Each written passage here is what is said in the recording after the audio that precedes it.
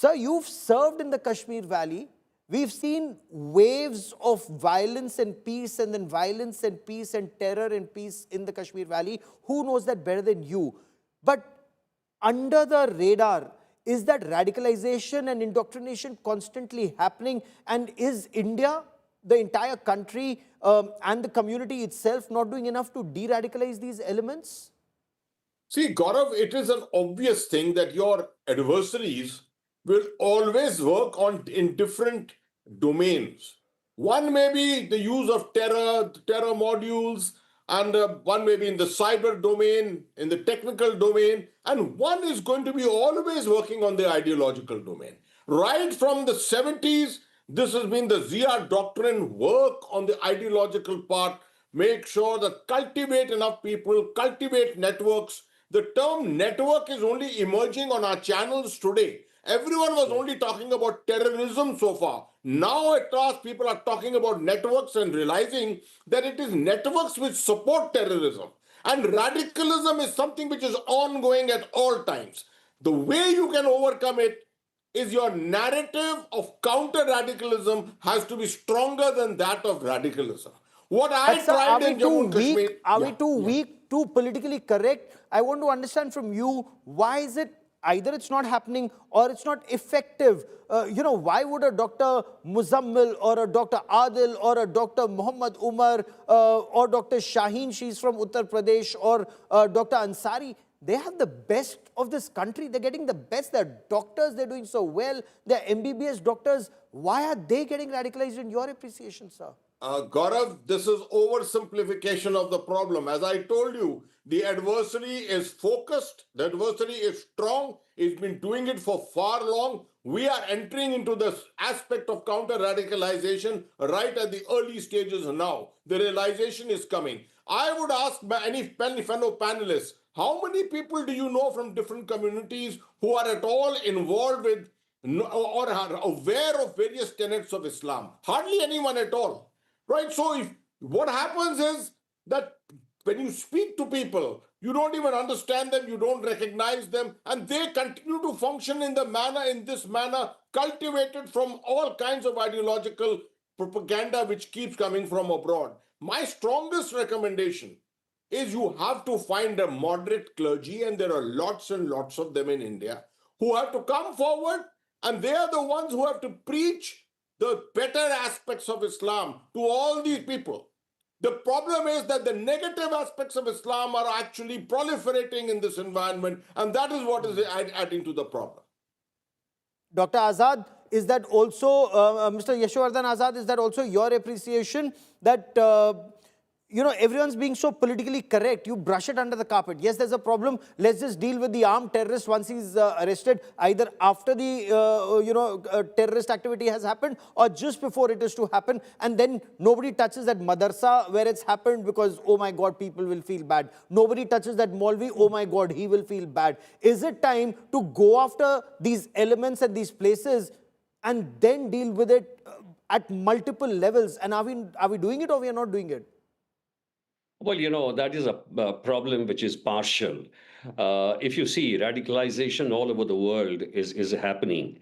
And if you see that couple which was there in the USA in the San Bernardino attack, 2015, they were very well cultural, socially, and the FBI was shocked that how could people of this caliber be radicalized. This has happened in other parts. 9/11 had the topmost software engineers, pilots, etc. In France, you have people being radicalized. In India, I feel one is, of course, the sources of indoctrination, wherever the radicalization elements are there, as you rightly said, Maulvis, etc.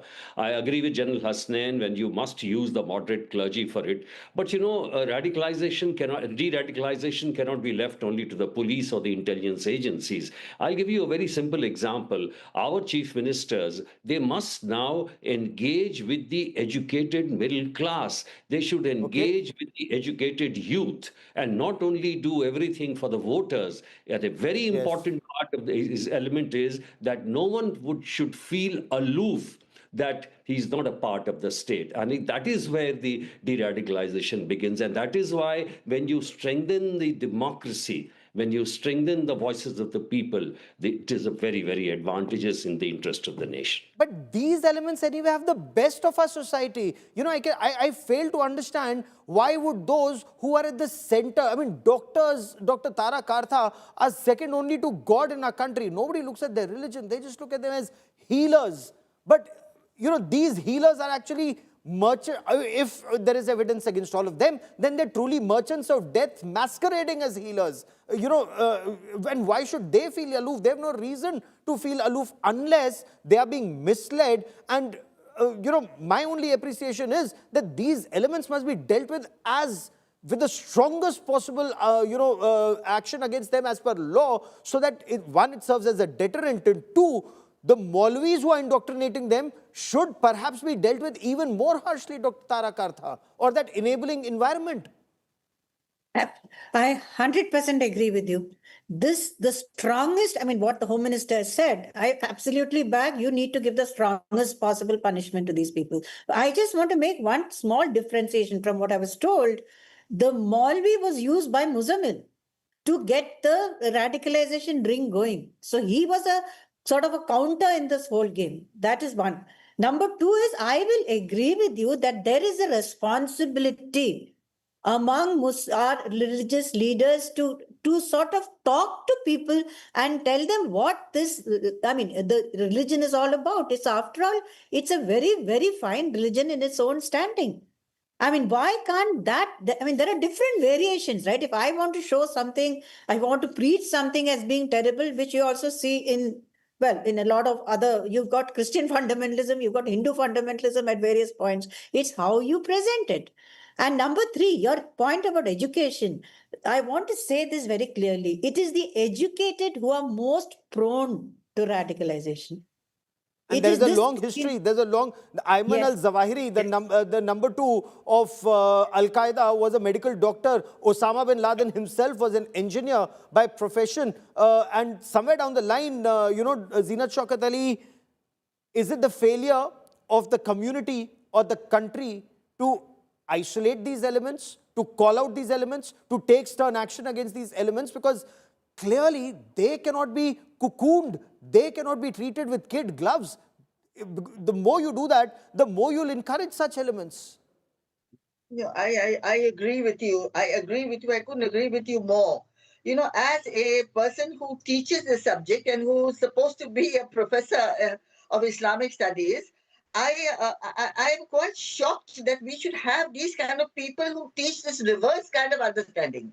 And you know, what I was telling you at our last show was that, you know, when they see, there are certain traditions like a prayer session. So when the imams are delivering that session on a Friday, that lecture should be written out, scanned, looked into, and then delivered.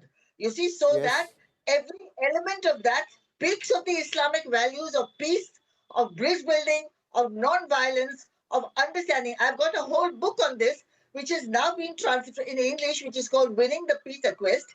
It has been translated by the NCPUL in Delhi into Urdu, for the Okay. simple reason that there are ulama who have written on non-violence, they have condemned suicide bombings, they have condemned violence, and they have quoted the verses. And when I went to request them to write this, you know, they said that, No, madam, Saudi Arabia, where the religion originated, is de-radicalizing elements. Saudi Arabia is de-radicalizing elements. Saudi Arabia is looking at the moderate form. It's happening across the GCC countries. It's happening in the UAE. It's happening in Saudi Arabia. But here in South Asia, they seem to be getting more radicalized now. You know, I mean, how can one be more pious than the Pope? One fails to understand.